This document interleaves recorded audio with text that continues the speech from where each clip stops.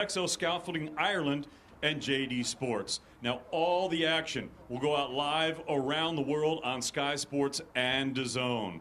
Now, time to make his way to the scale and to the stage. Here is the challenger for this 12 rounds for the Commonwealth Middleweight Championship. Now coming up to the stage with his head trainer, Richie Gent.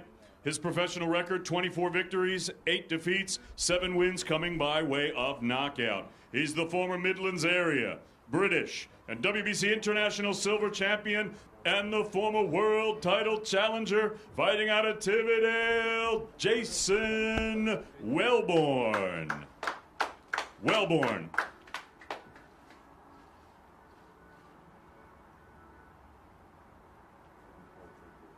11-4 3/4 for the challenger, Jason Welborn. 11-4 3/4 for Jason Welborn.